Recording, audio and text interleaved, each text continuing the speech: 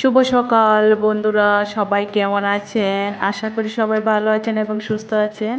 তো আজকে আর একটি ব্লগ নিয়ে হাজির হলাম।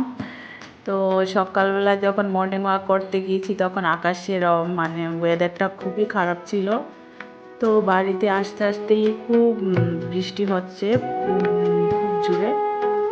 আর এদিকে এসেই আমার যে ঘরের কাজকর্ম শুরু করে দিয়েছি। তো কি করব, বৃষ্টির মধ্যে বাইরে যেতে পারবো না, তো ঘরের যে কাজগুলো আছে সেগুলো গুছিয়ে নিচ্ছি। আর বন্ধুরা পাশে থাকুন আর দেখতে থাকুন।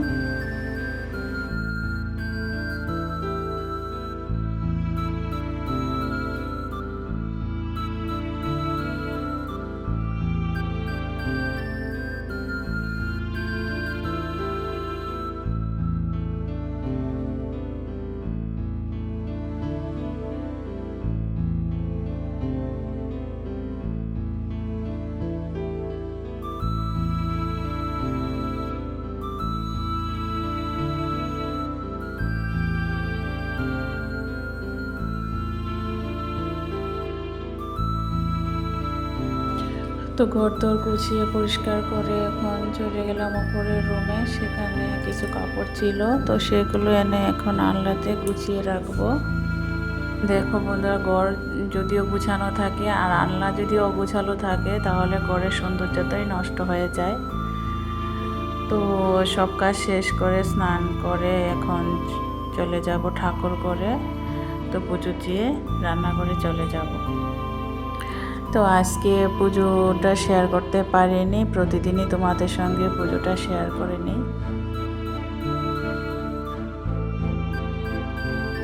তো আজকের মেনুতে আছে চিকেন আর মাছ আছে, আর শাক আছে, সেই যে লাল শাকগুলো, তোমরা ডাঁটা শাকগুলো তোমরা চিনো কিনা জানি না।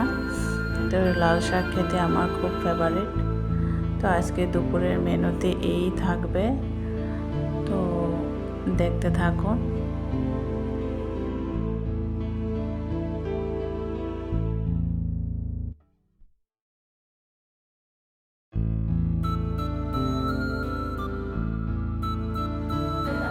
তো কড়াইটা এদিকে বসিয়ে দিয়েছি, এখানে তেল দিয়ে দিচ্ছি আর এদিকে আলুটা ভেজে নেব।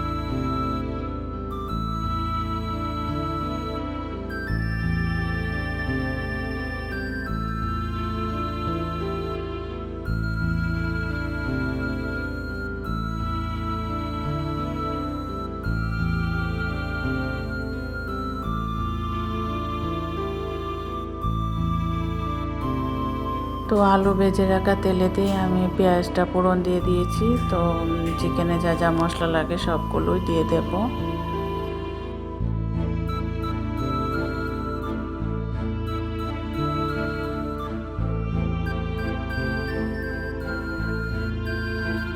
তো আমি দুবেলার জন্যই রান্নাটা করে নিচ্ছি, সেই রাতে ডিনারের জন্য রান্নাটা করে নিচ্ছি দুপুরের জন্য। তো দুবেলা চলে যাবে।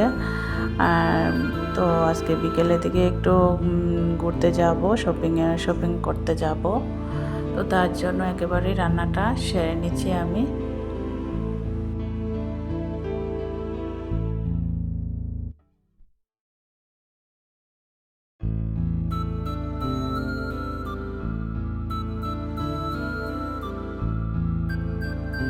তো রান্নাটা বসিয়ে দিয়ে আমি এদিকে বাসনগুলো মেজে নিচ্ছি, যেহেতু হাতের সামনে বেসিনটা আছে। তো আমার বাসন বেশি জমে না, তো সঙ্গে সঙ্গেই আমি মেজে নিই, সঙ্গে সঙ্গে সব কিছু পরিষ্কার করে নিই। বাসন জমিয়ে মাজাটা আমার কাছে ভালো লাগে না, আমি সঙ্গে সঙ্গে মাজতে ভালোবাসি, যাতে আমার কাজটাও তাড়াতাড়ি শেষ হয়ে যায়। তার জন্য আমি সঙ্গে সঙ্গেই মেজে ফেলি। এদিকে রান্নাটাও হতে থাকবে আর এদিকে আমার বাসনগুলো মেজে নিচ্ছি। তো বাসন জমলে আমার কাছে ভালো লাগে না, আর আমি জমিয়ে রাখি না।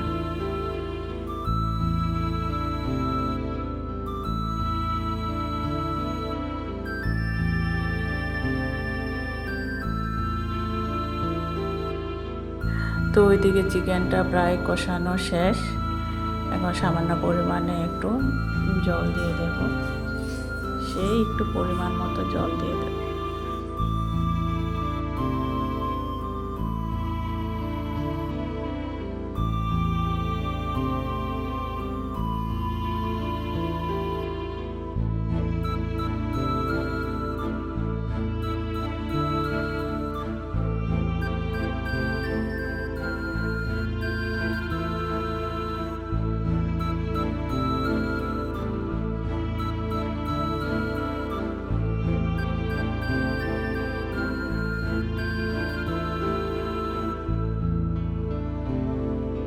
তো ওইদিকে মাছের জন্য আমি বেগুনটা রেডি করে নিচ্ছি। তো বেগুন দিয়ে আজকে মাছটা রান্না করব। তো অনেক দিন ধরেই মানে বেগুন দিয়ে মাছ খাওয়া হয় না। তো আমার হাজব্যান্ড বলছিল যে বেগুন দিয়ে মাছ রান্না করো, তার বেগুনটা আমি বেশি ভালোবাসি না। তো সেটা মানে অ্যালার্জির জন্য মানে খেতে আমার ভালো লাগে না, তো আমি এসব খাই না। তো আমি হাজব্যান্ড বলল, তাই আজকে আমি হাজব্যান্ডের কথাতেই রান্নাটা করছি। আর এদিকে দেখো কুমড়ো ভাজি করছি, বেগুন ভাজি করছি।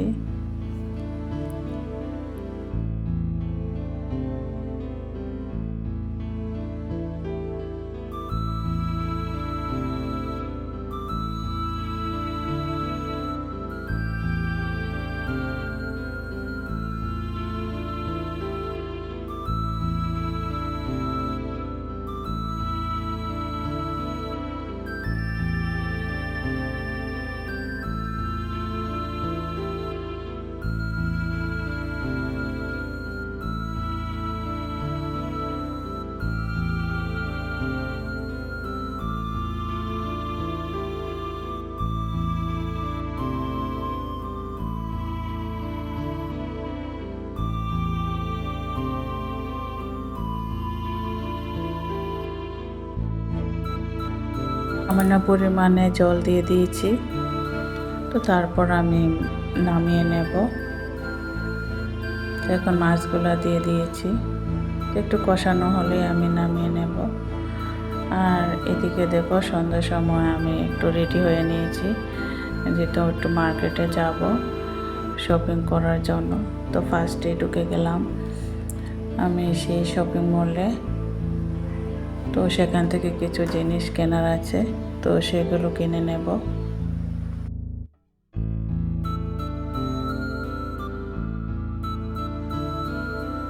দেখো বন্ধুরা, তোমাদের সঙ্গে একটা কথা শেয়ার করি। তো আজকে কি হয়েছে জানো, মানে আমার হাজব্যান্ডের কথাই বলছি। তো বিয়ের পর, জন্মের পর তোমার বাবা হলো একটা বটবৃক্ষের মতো। তো বিয়ে হওয়ার পর মেয়েদের স্বামী হলো তার সব কিছু। তো আমার হাজব্যান্ড সবসময় কী করে জানো, মানে ও আমাকে সবচেয়ে দামি জিনিসটা দেওয়ার চেষ্টা করে। ওকে যদি কিছু কেনার কথা বলি ও কিনবে না, ও বলবে আছে আমার যা আছে তাতেই চলবে। কিন্তু সবসময় কিন্তু ও চেষ্টা করে আমাকেই খুশি রাখার জন্য। ও আমাকে যদি 1000 টাকা দিয়ে একটা জিনিস কিনে দেয়, ও 500 টাকা দামের সব কিছু মানে একটা কিনে নেবে। মানে সবসময় আমাকে মানে খুব দামি দামি যে জিনিসটা সেটাই আমার দিতে চেষ্টা করে। আর মেয়েদের বিয়ের পর স্বামী হলো তার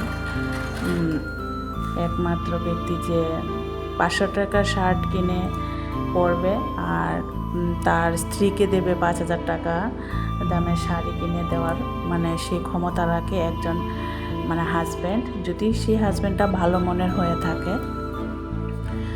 তো তাদেরকে বলছি, মানে সেই সব হাজব্যান্ডগুলোকে বলছে। কিন্তু আমার হাজব্যান্ড আমার জন্য অনেক কিছু করে, সে আমাকে সবসময় খুশি রাখার চেষ্টা করে। সে মানে কি বলবো, আর মানে সবসময় খুশি রাখে, সে আমাকে দামি জিনিসটাই দিতে চেষ্টা করে। তো আমি যখন যা চাই তখনই তা দিতে চেষ্টা করে। তো আমি আর কি বলবো যে আমার হাজব্যান্ড মানে আমার বাবার পরে একমাত্রই হাজব্যান্ড হলো বটবৃক্ষের মতো মানে ছায়া একজন স্ত্রীর কাছে মানে ওয়াইফের কাছে। তো আমি সেরকম একটা মানে স্বামী পেয়েছি। তো বন্ধুরা একটা কথাই বলবো, একটা সময় বাবার বাড়িও পর হয়ে যায়, আর বাবার পর আপন যদি হয় সে হলো স্বামী। বাবার পরে একমাত্র ব্যক্তি যে 500 টাকার শার্ট পরে স্ত্রীকে 5000 টাকা দামের শাড়ি কিনে দেওয়ার ক্ষমতা রাখে, সেই হলো প্রকৃত হাজব্যান্ড। তো এখন বাড়িতে চলে আসলাম তোমাদের সঙ্গে বকবক করতে করতে। তো দেখে নাও কি কি এনেছি, সেই অল্প কটাই জিনিস আনেছি।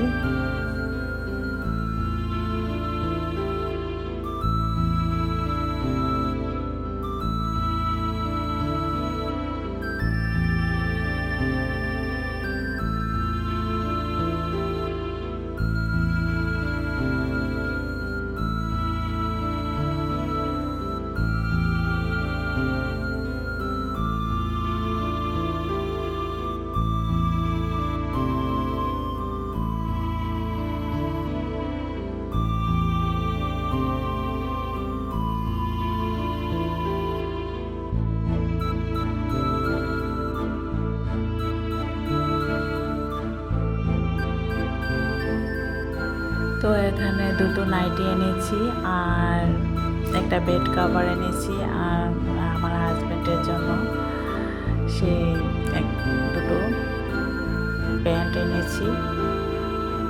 সেই হাজব্যান্ড তো আর কিনতে চায় না, তো ওকে জোর জবরদস্তি করে কিনে দিয়েছি। তো সবসময় বলে যে আছে আছে সেরকম কিছু একটা বলে।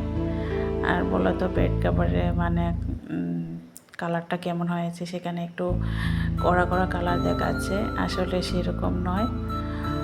তো খুবই সুন্দর, বেডে যখন বিছাবো তখন খুবই ভালো লাগবে কালারটা, এখানে বেশি চকচক করছে। তো বন্ধুরা কমেন্টে বলবে কেমন হয়েছে আমার ভিডিওটা, অবশ্যই ভালো লাগলে লাইক কমেন্ট শেয়ার করতে ভুলো না। নতুন বন্ধু হয়ে থাকলে অবশ্যই আমার চ্যানেলটা সাবস্ক্রাইব করে পাশে থাকবেন। আর যদিও ভালো লাগে কমেন্টে বলবে। আমার ভিডিওটা আর বেশি দূর বাড়াবো না, এখানেই শেষ করে দেব। সবাই ভালো থাকবেন এবং সুস্থ থাকবেন। আবারও দেখা হবে নিত্য নতুন কোনো ব্লগ ভিডিওতে বা কোনো রেসিপিতে। টাটা, সবাই ভালো থাকবেন।